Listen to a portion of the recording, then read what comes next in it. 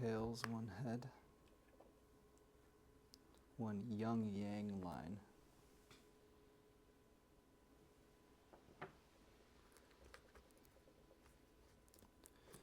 Drawn as a broken line. No, sorry, solid line.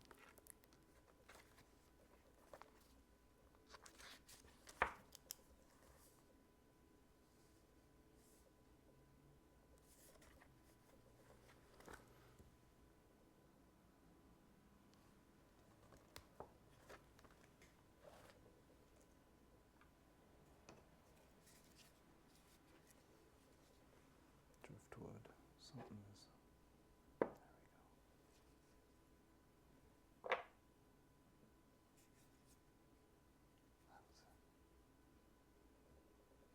There we go. That was it.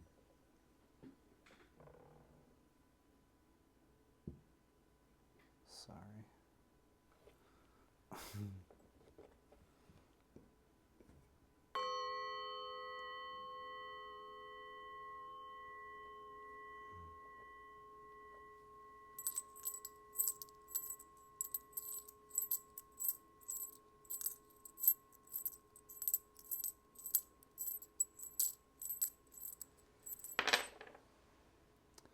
3 tails, old yin. Broken line with an X in the middle of it.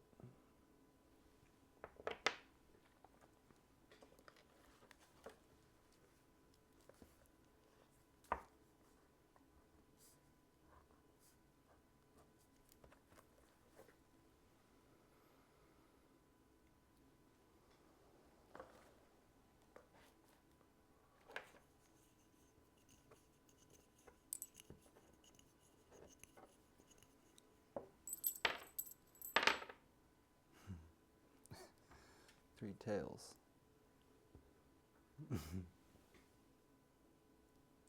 Old yin.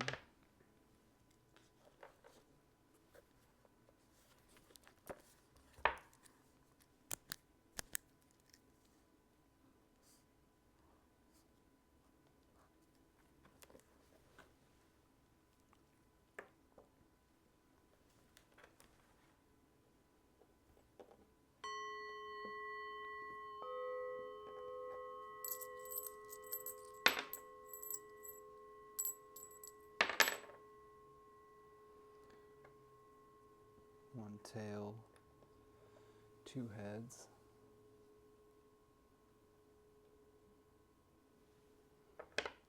One yang yin line.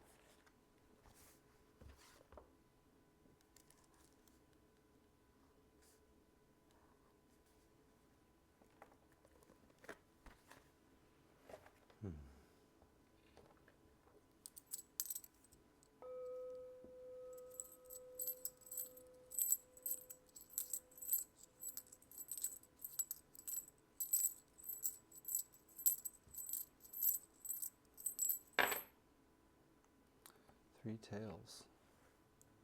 Old yin.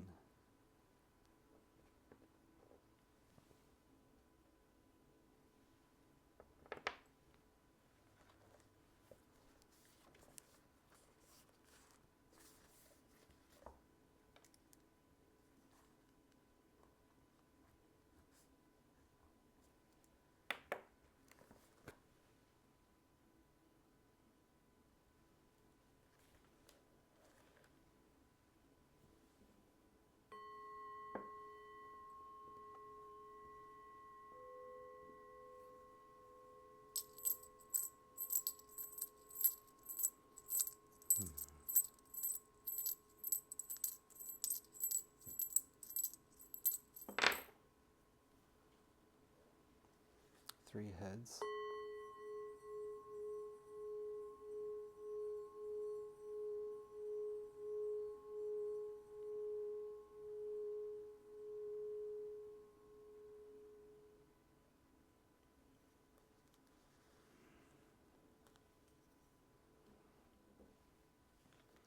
One old yang line.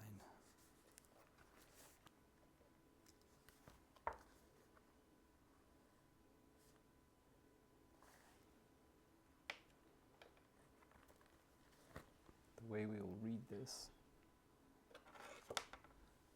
primary hexagram will be solid, broken, broken, broken, broken, solid. Our transformed hexagram, which will give us our supporting hexagram, each of these lines with either the X or the O in them are going to transform to their opposite. So what started as a dashed line will then become a solid line. And what started as a solid line will then become a dashed line. Our hexagram, supporting hexagram, will be solid, solid, solid, broken, solid, broken. Let's read what our trigrams are initially.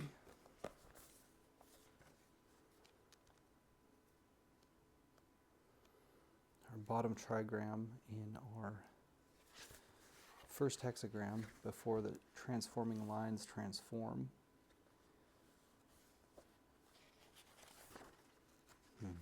Zen, thunder. Thunder is shock, upheaval, and the spark of the new. In old Chinese belief, thunder slept in the earth over winter and erupted from it in spring, awakening living things into new growth. Thunder is our basic drive for renewal. He inspires initiative and decisive action. He is the stimulus that sets things in motion. He is the eldest son in the trigram family, the first connection of heaven, potential, with earth, realization. Yang makes itself known here, emerging into the field and beginning to grow. Thunder belongs to the east and to spring. Our top trigram in our primary hexagram will be broken, broken, solid, which is mountain.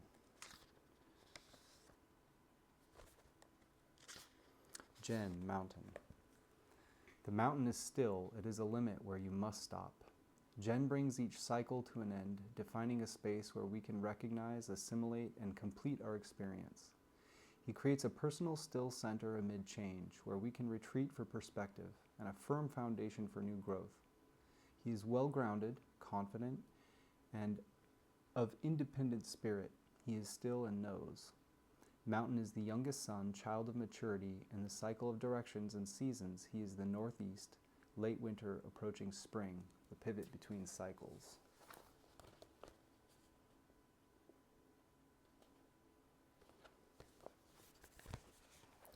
And the Zen thunder looks like this. And these stack from the bottom up.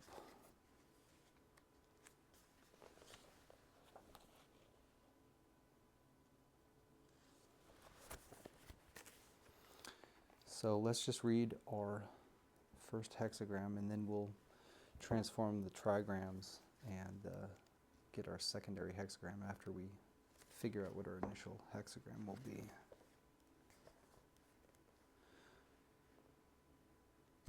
So Zen, thunder, solid, broken, broken, with mountain, or Jen on top of it, broken, broken, solid.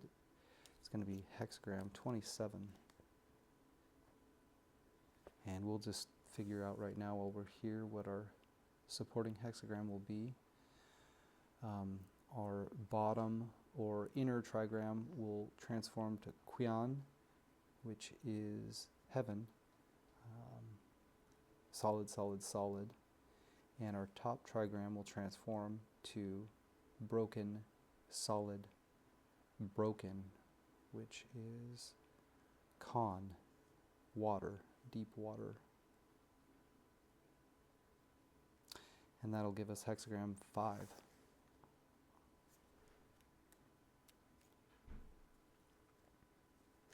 And I'll read the trigrams for that changing or transformed or, secondary hexagram. The bottom trigram, as we said, was Qian, heaven. Qian is suprahuman cosmic law. Enduring, he determines the nature and development of all things, from the movement of the stars to the cycle of the seasons to causing each individual seed to grow in its own kind of plant. Heaven is creativity in its pure form, the force that drives change and what endures within it. He confronts us with truth and what it demands, both as the absolute law of nature and as the challenge of individual calling, experienced as an inner law. He is both the awareness of what to do and how to be, and also the power to act on it. Heaven is Father, found in the northwest, the realm between autumn and winter, when the buds set and seeds fall to the earth. And our top trigram of our transformed hexagram, supporting hexagram, will be broken, solid, broken, which again is Kan, water.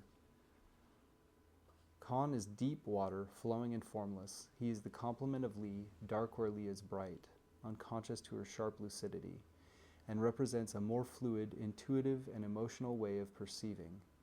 This is danger, exposure and solitude, and the need to respond with courageous self-reliance when confronted by the haunting unknown. Water is the middle sun, situated in the north, associated with midwinter and midnight.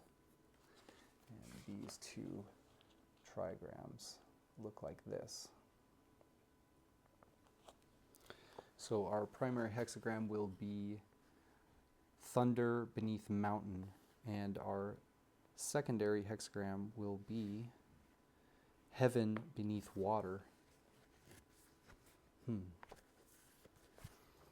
So we will read those after a brief excerpt that I would like to read from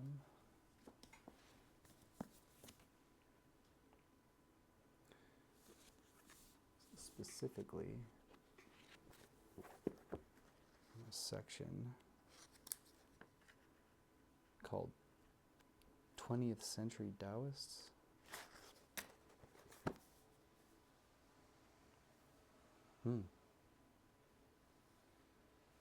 Not on the back here, but it's powerful and helpful. What I have thought of recently is that in reading anything of alchemical nature, we're dealing with internal forces, and some might call it primal forces that can run rampant and can cause a lot of psychological issues. So it's important to, if you feel like you're taking on some of these practices or getting into this at any level, to take it at your own pace. And I found some things in here that are helpful in learning how to deal with energies if they feel overwhelming. And just trust yourself, right? Trust your own sense of what you can and can't handle, and act accordingly. Protect yourself. Be careful. Ku Yang Tzu, a superior method of meditation, not focusing on an opening, not tuning the breath, being utterly empty and silent, not giving rise to a single thought. This is superior form of meditation. Curing and preventing sickness. Medicine has no effect on sickness that is caused by practicing Taoist exercises. Only the practice of quiet concentration, known as returning to emptiness, can cure them. I'm going to read that part again for extra emphasis. Medicine has no effect on sicknesses that are caused by practicing Taoist exercises. Only the practice of quiet concentration, known as returning to emptiness, can cure them. In the beginning, when random thoughts occur in profusion, then it is appropriate to focus intently on an opening. When your mind has cleared and thoughts have diminished, then you should gradually let go and relax. Only by using these techniques alternately can you avoid becoming attached to forms and thus producing sickness. Recognizing teachers. Practitioners should first study alchemical classics thoroughly, then use the classics to resolve their doubts and use the classics to evaluate their experiences. Then they can soon discern who are illumined teachers. The mysterious pass. Sitting quietly when you reach the point where there is no person, no self, and you forget all about your body, then you are not far from the mysterious pass. Attaining the One.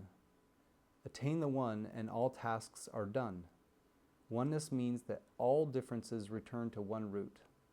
The one root is where there is no opposition of yin and yang. This can be attained only by emptiness and can be preserved only by emptiness. Energetics. Energetics, qigong or qigong, that are forced and violent would seem to be contrary to the way. Energetics that are spontaneous and natural are not opposed to the way. Exercises and experiences. Whether you are doing external exercises or the exercises of stopping thought and forgetting impulses, all experiences, regardless of whether inside the body or outside the body, should be left alone and not made into objects of concern. Otherwise, you will cling to their characteristics, and by clinging, will either regress on the way or develop a sickness.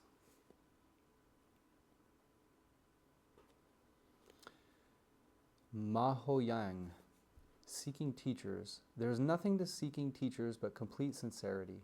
As it is said, where complete sincerity reaches, even metal and stone open up for it. How could anyone wish to be given the ultimate way without moving true teachers to act? 4 steps. Ancestor Lu once indicated to students that practice of the way is encompassed within the following 4 steps. 1. Forgetting the body to nurture energy. This is getting the medicine. 2. Forgetting energy to solidify spirit. This is crystallizing the elixir. 3. Forgetting spirit to return to emptiness. This is projecting the spirit. 4. Forgetting emptiness to return to reality. This is refining emptiness. Returning to the source. Cultivation of the way is returning to the root, going back to the source. The root source is the original state. The original state is the pristine state wherein human essence and life have not yet divided. Essential nature. What is essential nature? To talk about essential nature, it is necessary to discuss mind first. To talk about mind, it is necessary to discuss thought first. If people revolve along with their thoughts, then they can never escape the rise and fall of repetitious routines. So we can see that the first sprouting of a single thought is the dividing line between the sage and the ordinary mortal. The mysterious pass. The point where thoughts stop is the single opening of the mysterious pass. The union of spirit and energy from which creative evolution is born can also be called the mysterious pass. Obtaining the medicine, crystallizing the elixir, restoring the elixir, release from the matrix, and spiritual transformation all are intimately connected with the mysterious pass. After the way is realized, there is nowhere that is not the mysterious pass. The flow of the streams, the blooming of the flowers, the chattering of the birds, and the humming of the insects all are natural revelations of the mysterious pass.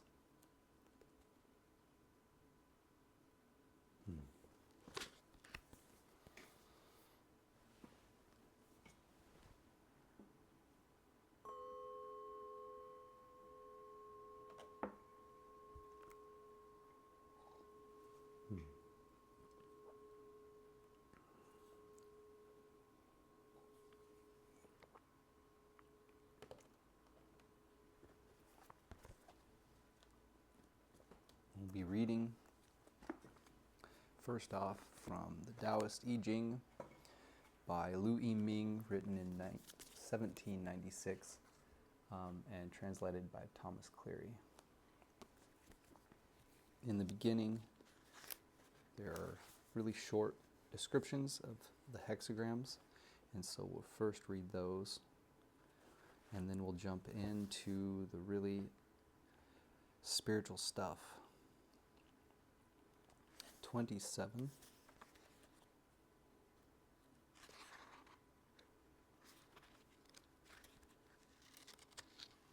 Lower jaw, nourishment. Discernment of good, becoming empty to seek fulfillment. And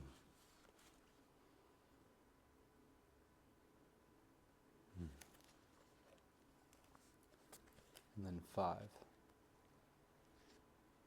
Waiting.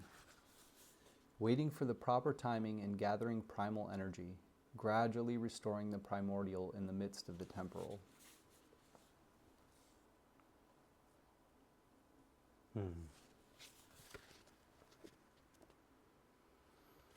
Okay, let's read these.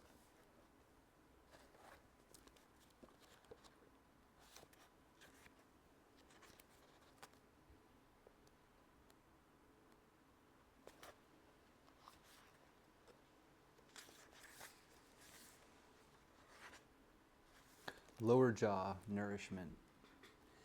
In nourishment, it is good to be correct.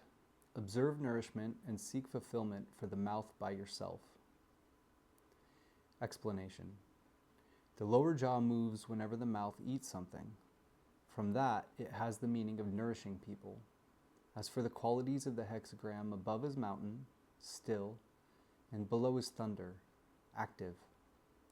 Action does not depart from stillness. Stillness nurtures action.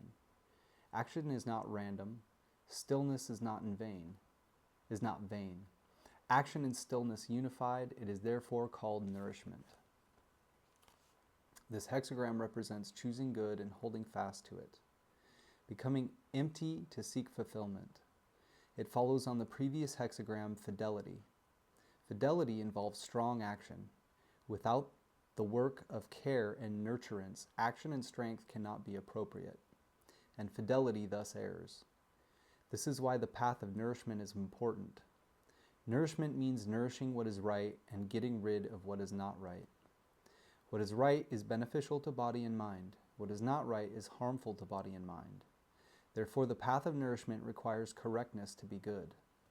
So, if you want nourishment to be correct, first you must observe whether the way of nourishment is true or false. Observing does not mean looking with the eyes. It means distinguishing in the mind what is so and what is not so, in order to find out truth. When truth is clear, then with real knowledge and lucid perception, in action one cultivates what is right, and in stillness one nourishes what is right.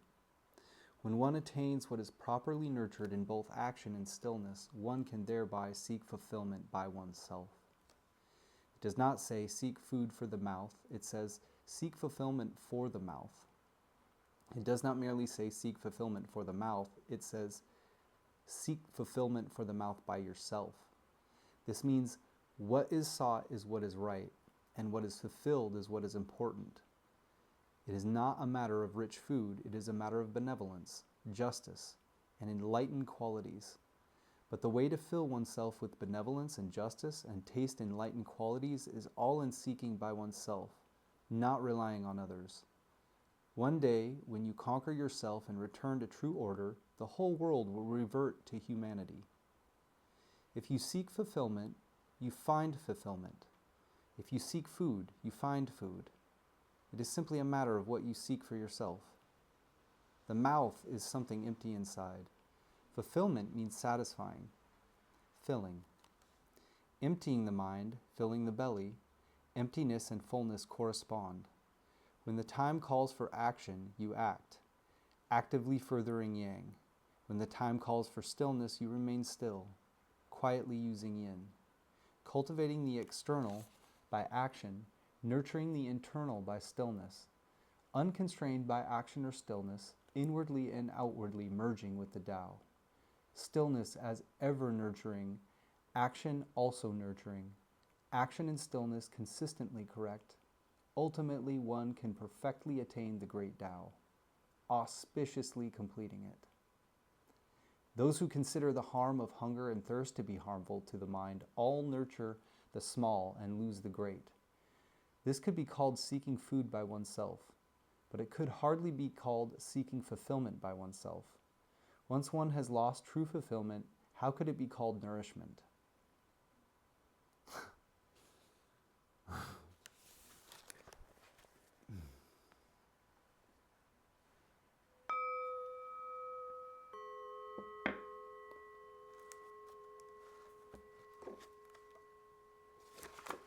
That's right, 5.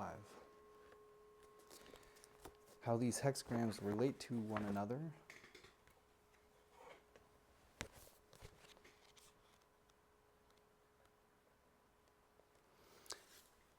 The key to understanding a reading is to know your way around its main components, how they fit together, and the different roles they play.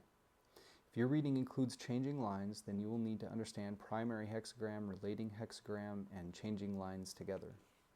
The two hexagrams in conversation with one another map out your whole answer. The primary hexagram shows you quite directly what your answer involves. The relating hexagram generally describes what the answer is about for you.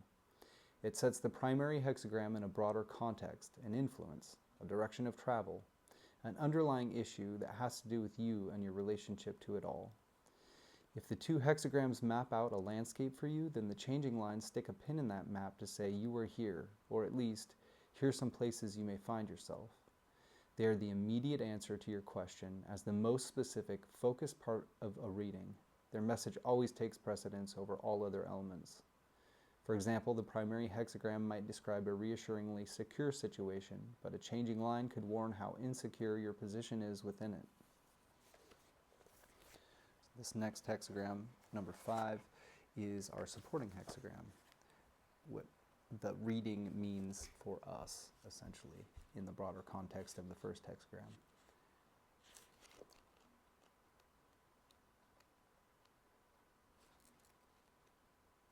It gives it a direction of travel. 5, waiting. In waiting, there is sincerity and great development. It is good to be correct. It is beneficial to cross a great river. Explanation. Waiting means there is a waiting. As to the qualities of the hexagram, above is water, a pitfall. Below is heaven, which is sound and strong.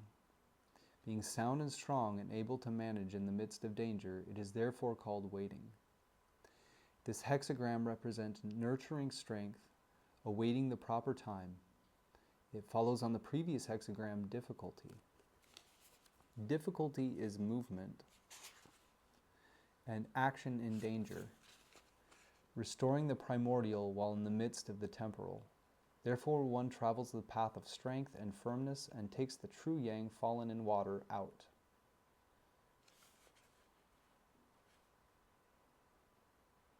I.e., one takes the primordial out of the conditioned. However, when the yang has been trapped in water for a long time, it is not possible to get out of danger immediately. One must lead it on gradually, waiting for the proper time to gather it. One cannot presume upon one's strength and set about the task impetuously. That would bring on danger. People give rise to yin from the culmination of yang. The yang in the center of heaven runs into the palace of earth, so that earth is filled in and becomes water. The yin in the center of earth enters the palace of heaven, so that heaven is hollowed and becomes fire.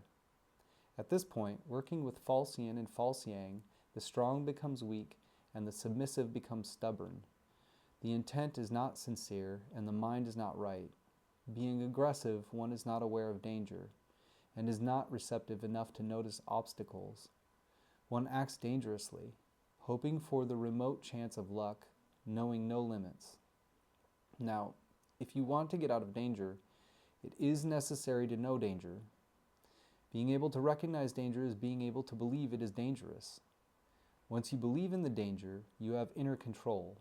Being careful and wary, you refine yourself and wait for the proper time. Every act is confined to its proper place, and one is not damaged by external influences. Therefore, in the path of waiting, there is sincerity and great development, gaining good fortune by being correct. Having sincerity and great development means believing in danger and being able to cope with it. That correctness is good means that by maintaining correctness, you can be free from danger. Once you believe in the danger and keep to what is right, you fend off danger by strength and firmness, and use danger to nurture strength and firmness, awaiting the time to move forward and enter the lair, looking for the tiger. Not only are you able to avoid being injured by negative energy, you can also take the true yang fallen into water and return it to the palace of heaven. This is the reason that it is beneficial to cross a great river. A great river is most dangerous. This is the image of water, which is something that fells and traps yang. That danger is most great. Believing in the danger, you cross it correctly. When the time is not yet ripe, you nurture strength. And when the time comes, you advance strength. Advancing it and nourishing it at the proper times is how you can be in danger yet cope with it, and how you can get out of danger. That strength is beneficial wherever it goes.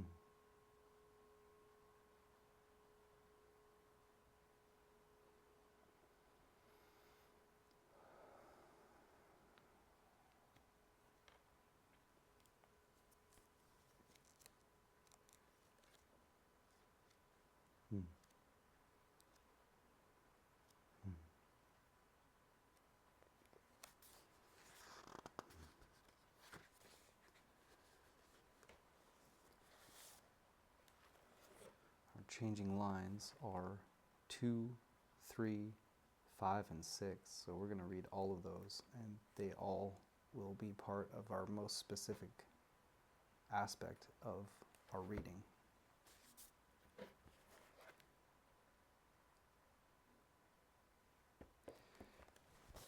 The places that they fall have an importance to them. So since we have so many to read, I'll just read the one that we'll read with it, and then read the next one as we read the next one, if that makes sense. So, line 2 is the heart's perception, the emotional center where you make and feel connections. Line 2 in lower jaw, hexagram 27, nourishment, our primary hexagram. Perverting nourishment goes against the constant. Feeding on high ground to go brings misfortune. Explanation. To wish to nurture virtue without having any virtue, elevating and aggrandizing oneself, presuming to have what one in fact lacks, being empty yet considering oneself replete, is perverting nourishment. It goes against the constant norm of using the strong to nurture the weak, and persists in feeding on high ground.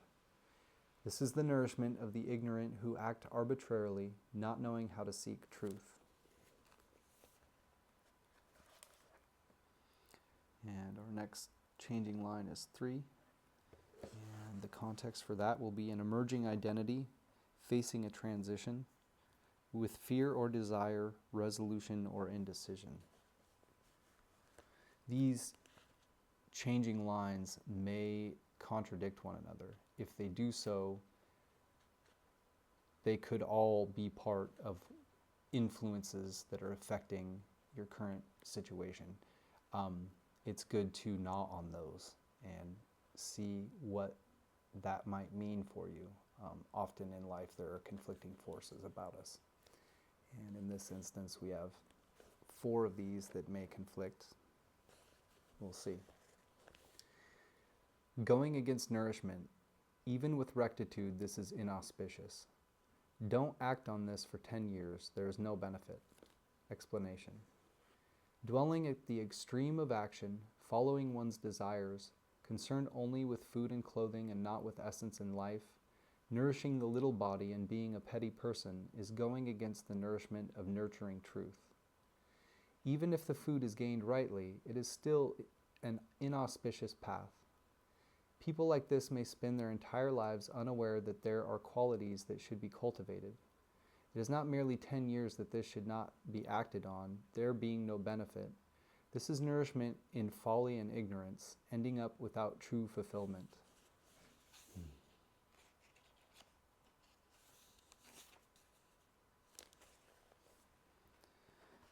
And then changing line 5 will be in the general context of strength and self-determination, clear vision, being in command. Going against the constant, it is good to abide in rectitude. It will not do to cross great rivers. Explanation. Emptying the mind with self-control, only knowing how to nurture the inner and not knowing how to nurture the outer is going against the constant norm of nourishing true fulfillment. Yet even though one cannot nurture fulfillment, as one can nurture emptiness and openness and remain true to it unwaveringly, this too is a path which will bring good results. However, it will not do to cross great rivers to accomplish the work of striving for the golden elixir. This is nourishment of emptiness unfilled, maintaining quietude in solitary tranquility. This is nourishment of emptiness unfilled, maintaining quietude in solitary tranquility.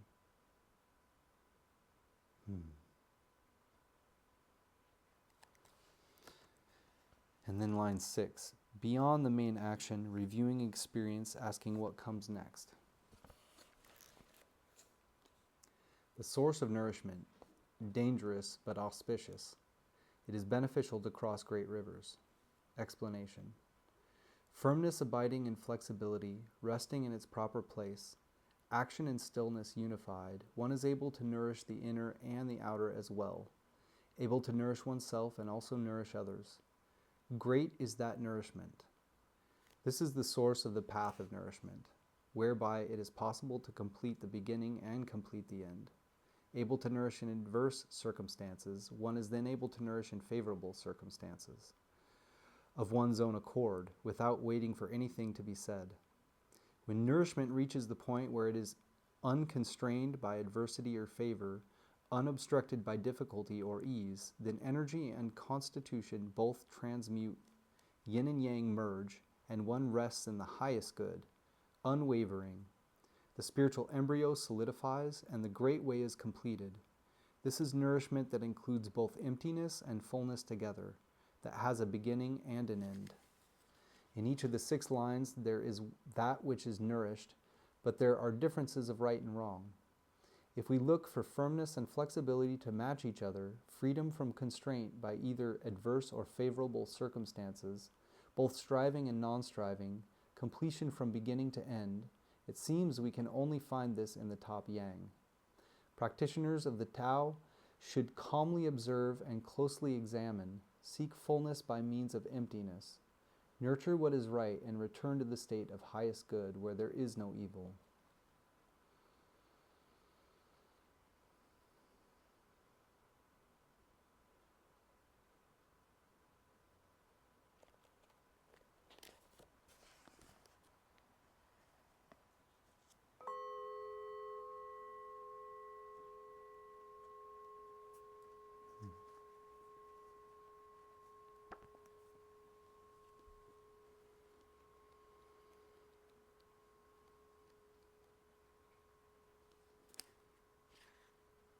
In the back of the book, commentary on Jaws is what it's called, Hexagram 27 in the back here. Mountain above, thunder below. There is thunder beneath the mountain. Superior people are careful about what they say and moderate in eating and drinking. Jaws has the meaning of taking nourishment. Above is mountain, below is thunder. There is thunder beneath the mountain. A mountain is still. Thunder is active. Using stillness to nurture activity, activity being based on stillness, is like the upper jaw being still while the lower jaw moves. Stillness awaiting movement. This is the image of jaws, meaning nourishment. What the superior people see in this is that the mouth is a passageway through which things may exit or enter, and it is the door of right and wrong, the root of calamity and fortune. Therefore they are careful about what they say, and they are moderate in eating and drinking. Speech is the voice of the mind. When speech is correct, the mind is correct. And when speech is incorrect, the mind is incorrect. Every word should be spoken only if it is of benefit to the course of the world and to people's minds. Speech should be guarded and not uttered at random. Food and drink are important to the body. If food and drink are appropriate, they benefit the body, and if food and drink are not appropriate, they harm the body. Food and drink should be taken only after consideration of the reason. One should not crave too much, and should be moderate in eating and drinking. When one is careful of speech, then the mind has nourishment. When one is moderate in eating and drinking, then the body has nourishment. When mind and body both have their nourishment, inside and outside are free from injury, then nature and life can be cultivated. This is what is meant by the saying, when one eats at proper times, the body is healthy. When one acts at the appropriate moment, the course of affairs runs smoothly.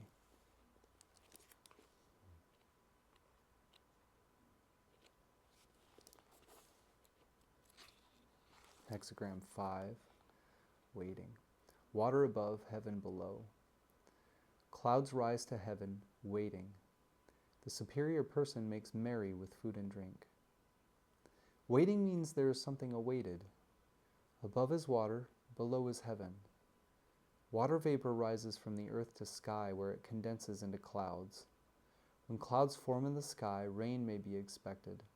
This is the image of waiting. What superior people see in this is that when people are unable to attain the universal Tao, it is because they are temperamental and unbalanced in action, because the earthly and the celestial are not in harmony. Therefore, superior people eat and drink to nourish the earthly, causing the earthly to balance the celestial. They make merry to attune the celestial, causing the celestial to join the earthly.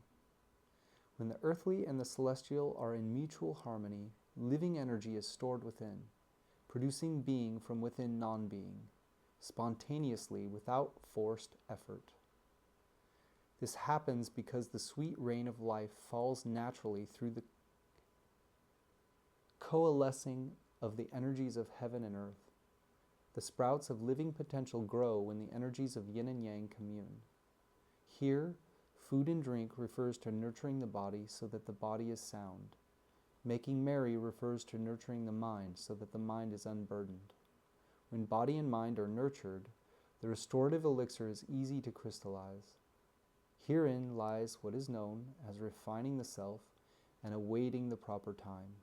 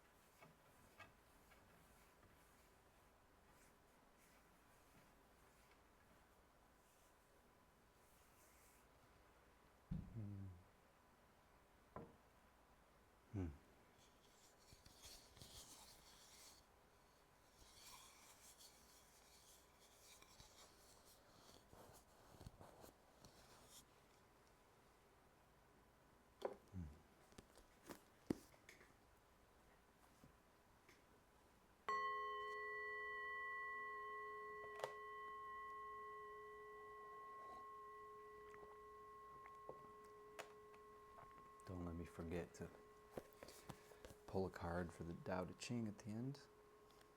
We're going to read from Hilary Barrett's commentary on the I Ching on Hexagram 27 and 5. Hexagram 27, Nourishment. Key questions. What would nourish you? How is your hunger motivating you? If you accept this as nourishment, who will you become?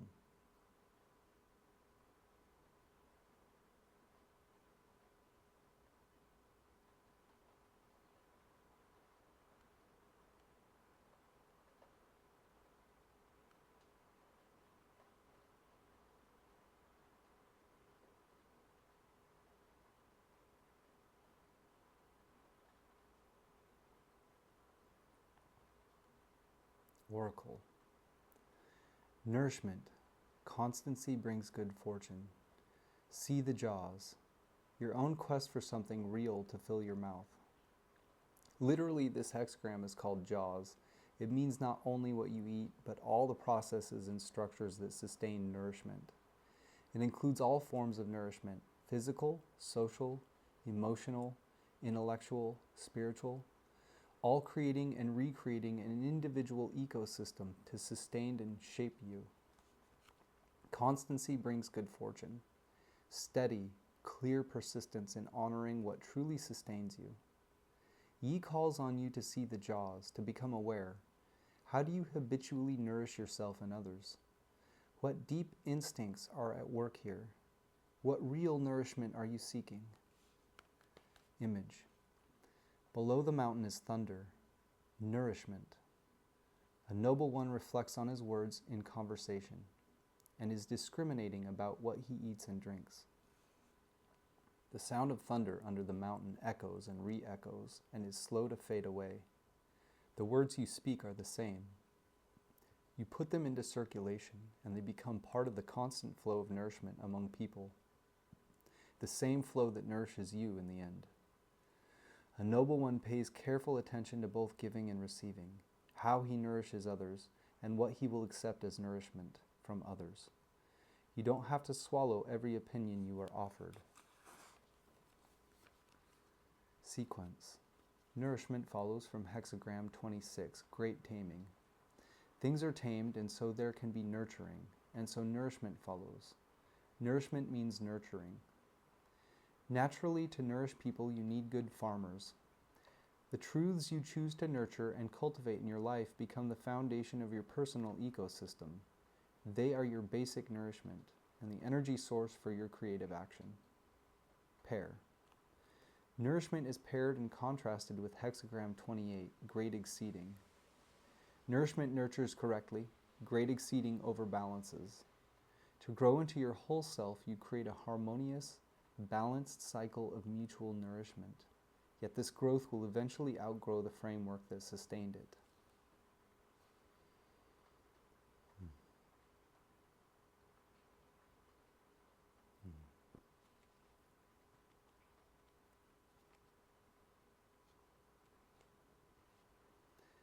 Supporting Hexagram 5, waiting.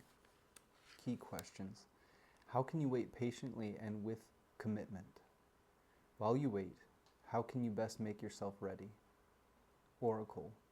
Waiting, with truth and confidence. Shining out, creating success. Constancy brings good fortune. Fruitful to cross the great river. You wait for what you need, like a farmer waiting for the weather to change. This is not a passive state. You can dance for rain, influence events by bringing yourself into harmony with the outcome you need, but you cannot force this. You can only attend to it. You will need patience. It may all take much longer than you had imagined. When you are fully present in waiting, your intense attention shines out like a beacon, beginning a creative engagement with the world, not by working on anything, but by waiting on it and holding your faith. And in crossing the river, committing yourself to go as far as you can towards what you're waiting for, you begin the transition into the world where it is real.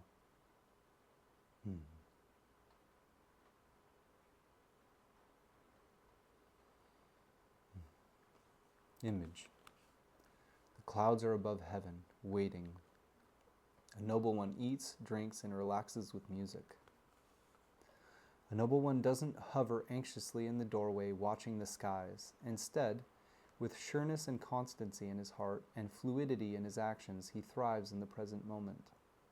Feasting when you can't cultivate your fields shows confidence, and it keeps you rested and prepared for the moment when you can act. In ancient China, where the ancestral spirits helped to bring better weather, you would invite them to share your meals, revitalizing your relationship with what provides for you. Sequence. Waiting follows from Hexagram 4, not knowing. Young things cannot do without nourishment, and so waiting follows. Waiting means the way of eating and drinking. Naturally, young things don't spring instantly into a state of full growth, and nor does wisdom or knowing. They must be nourished patiently over time. Pair. Waiting forms a pair with Hexagram 6, arguing. Waiting means no progress. Arguing means no connection. Lacking what you need, you could challenge the injustice and argue your case, or wait and have faith. Though you're not moving forward, you might be inviting help and connection. Hmm.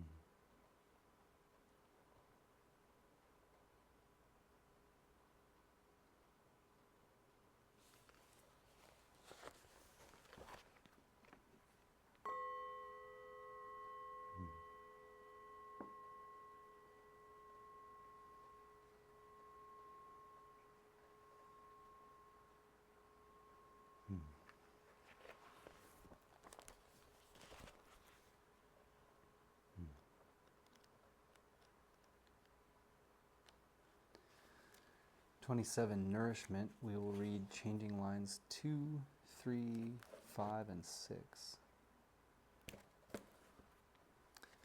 Changing line 2 again. The broad context will be the heart's perception, the emotional center where you make and feel connections.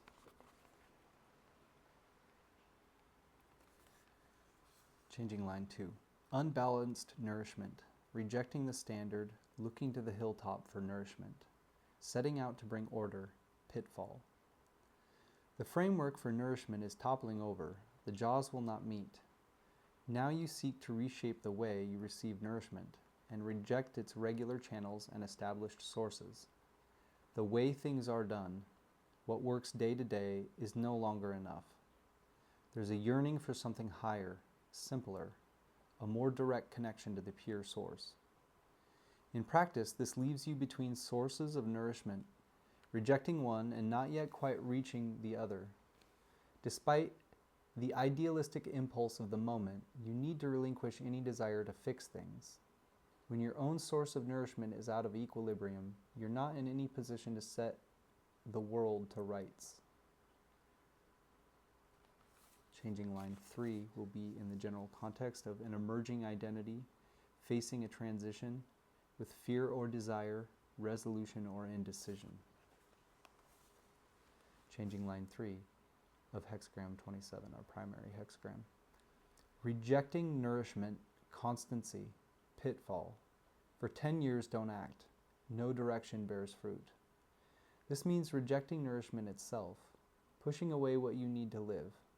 This could be motivated by a dogmatic adherence to principle. Perhaps you're inclined to identify yourself with the principle as a way to be unique. In any case, this leaves you starving and without resource. It is not ever a good idea, not for any cause. In fact, it might help to be without a cause for a while and have no direction. If there is no lofty aim in mind, perhaps it might become possible to sense what is needed and what opportunities are open here and now.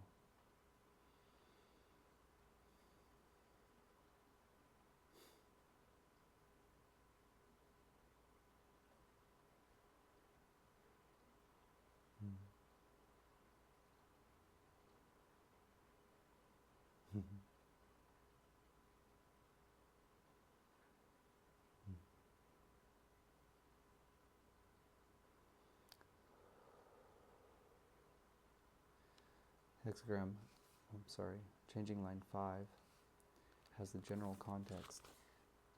Strength and self-determination, clear vision, being in command. Rejecting the standard, dwelling here with constancy, good fortune, cannot cross the great river. You reject the established sources and usual channels of nourishment, refuse the way things are always done, aspiring to a richer and broader flow. This is a good time to stay home, not to cross rivers and commit yourself to new adventures. You're not yet capable of sustaining such a commitment. But more than that, there is good fortune from making your home here. Perhaps there's nowhere else you need to be. Changing line 6. Beyond the main action, reviewing experience, asking what comes next. Origin of nourishment, danger, good fortune, fruitful to cross the great river. The origin of nourishment, the source it grows from, what you need is right here with you, and responsibility stops here. It's up to you to provide.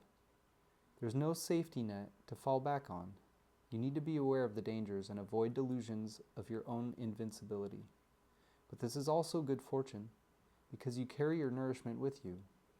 You can find your own path again. Make new commitments and explore new territory.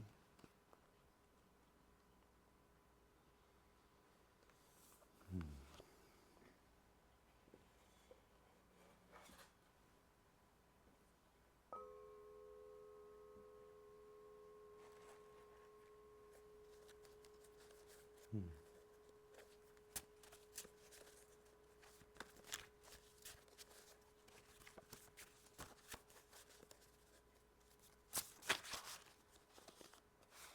38.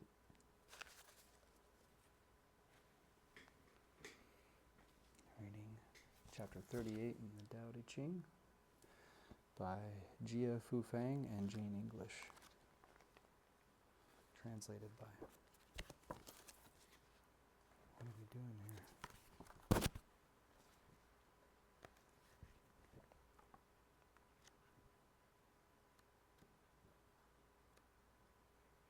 Hmm.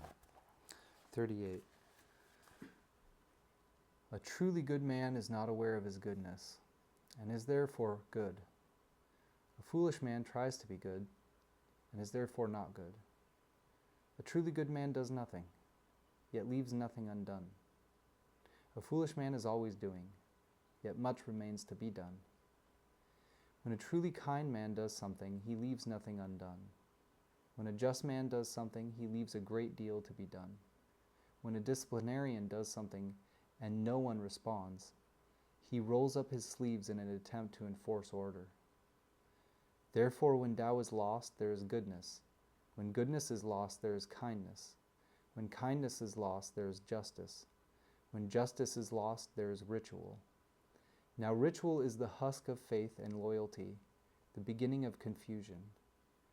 Knowledge of the future is only a flowery trapping of Tao. It is the beginning of folly. Therefore the truly great man dwells on what is real, and not what is on the surface, on the fruit and not the flower. Therefore accept the one and reject the other.